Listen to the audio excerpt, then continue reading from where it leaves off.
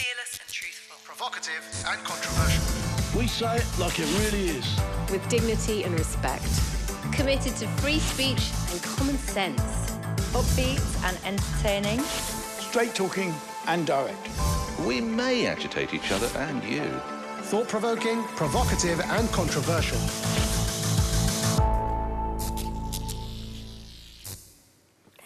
Hello and welcome to The Pledge. It's been yet another tumultuous week of Brexit, with fears of a no-deal reaching fever pitch. And now one of the UK's largest supermarkets has started stocking a rare delicacy just for us Brits. Forget baguettes and brie. Oh yes, it's barbecue-favoured crickets. They are now on sale across the country. No one not wants to be outdone by a certain reality TV show, not mentioning any names. We have our own supply. So come on, guys, who's up for a bit of Pledge Tucker Challenge? Phil, go on. You know I'm in there. Oh, yeah, go on, Sam. Go on, Nick. Rachel, don't let the girls down. Is that actually cricket? Yeah, barbecue flavoured. Have you tried it? They're still alive. Oh, yeah, go on. I've tasted. Go on, Magic. I've tasted Got the eyes in I've there. tasted I just worse. saw All the eyes in there. I couldn't do Okay, it. I will do it. Give it. They have eyes. Look. There you go, done. Yeah. If it's good enough for the celebs in the jungle, it's good enough for the panellists on The Pledge. Coming up, Nick calls for more respect for our police officers. Phil wants time, not talking. Majid says no to Barnier's army. And Rachel's stuck in a man's world. But first, it's me. Finish with crickets. They say a week is a long time in politics. For Theresa May last week, it was probably the longest of her 30 years in Westminster. No sooner had she announced the terms of her ill-fated Brexit deal, the Tory knives were out, hoping to chop away at her already severed leadership. Now, I'm no fan of Mrs May politically. I think she seriously failed to live up to many of the promises she made during her first speech as PM. She hasn't championed women in her cabinet. However, it now seems that she too is a victim of misogyny. Brexit is a shambles, but so many of the men who are to blame for it have jumped ship. Cameron, Davis, Johnson, Raab, all gone, leaving May as the lone woman willing to try and steer us to calmer seas, albeit haphazardly. Similarly, in America, Nancy Pelosi just delivered the Democrats their biggest victory in the House of Representatives since Watergate. But instead of thanking her, the recipients of this win are staging a coup to oust her. Sadly, it seems in politics, a woman's work is not only never done, it's never fair.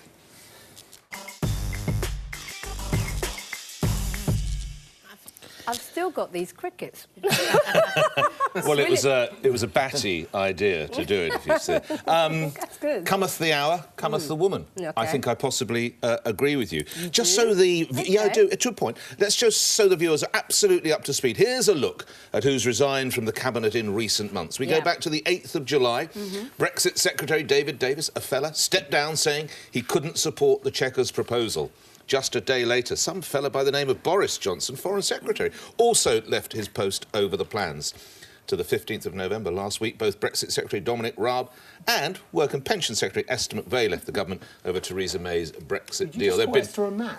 No. There have also been numerous ministers and others who stepped down from their roles, including Joe Johnson, there's another one, Suella Braverman, Gito Bebb, Steve Baker and Andrea Jenkins, where I think you're absolutely right. And I think she's probably had enough of this, and I was privileged enough to speak with her last week.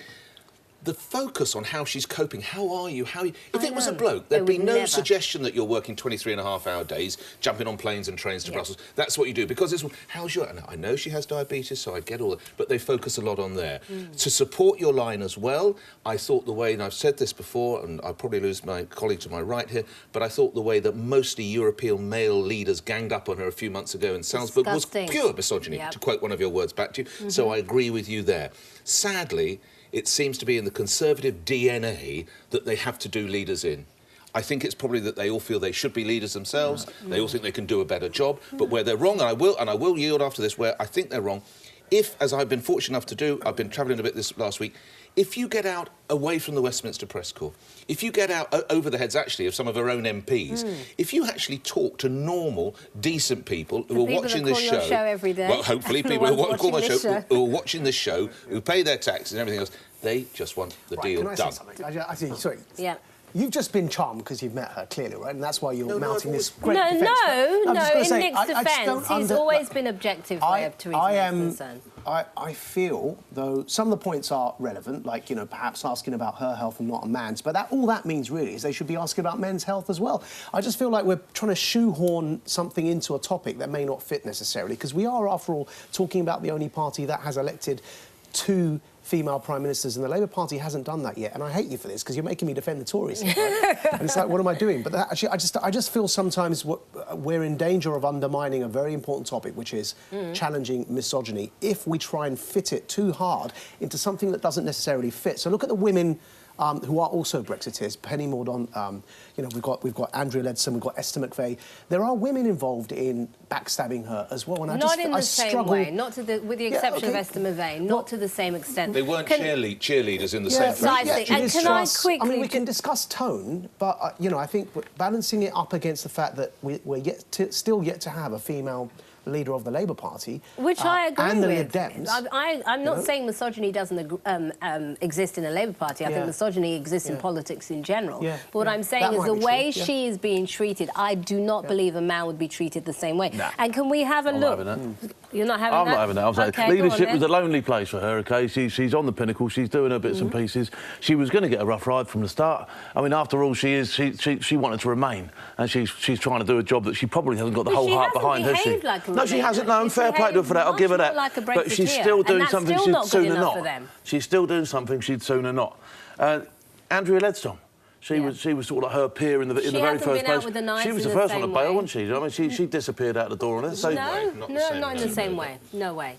Can we have a look at... I want to show you... Well, first, let me bring up a quote from Conservative MP Nick Bowles, who agrees with me. Do my colleagues not understand how normal people react when they see a group of middle-aged men led by 2 plummy-toned old Etonians trying to bully a conscientious and determined woman out of her job? I agree with him. And now, can I look, speaking of plummy-toned old Etonians, can we have a look at this image, which is the ERG group? Modern Britain. Modern Britain, global Britain, I think not. They were the future ones. Can we hear from a woman, That's please, where I agree. Rachel? What you just said there is absolutely... I added up their ages, by the way, because I knew one. 465. And they're appealing to young people who are particularly... I mean, it's just absurd. Yeah, that was the best advertisement for staying in the EU I've ever seen. June, I sort of on your page for tiny bits, which is, I think that... As in that Nick Bowles tweet, I think a lot of men think, that's my job. Yes. You know, they feel that entitled to be there, running the country, and they see a woman running the country and they sort of feel slightly cheated. Yeah. But I just don't think the issue here is misogyny. I think the problem with Theresa May, it's like Brexit. The problem with Brexit is Brexit. Okay. The problem is not Theresa May. Right. People's feelings about Theresa May's health, Theresa May's handling of the negotiations, although maybe we could argue that. The problem is she cannot deliver, either to those who don't want to leave Europe or to those who do want to leave Europe.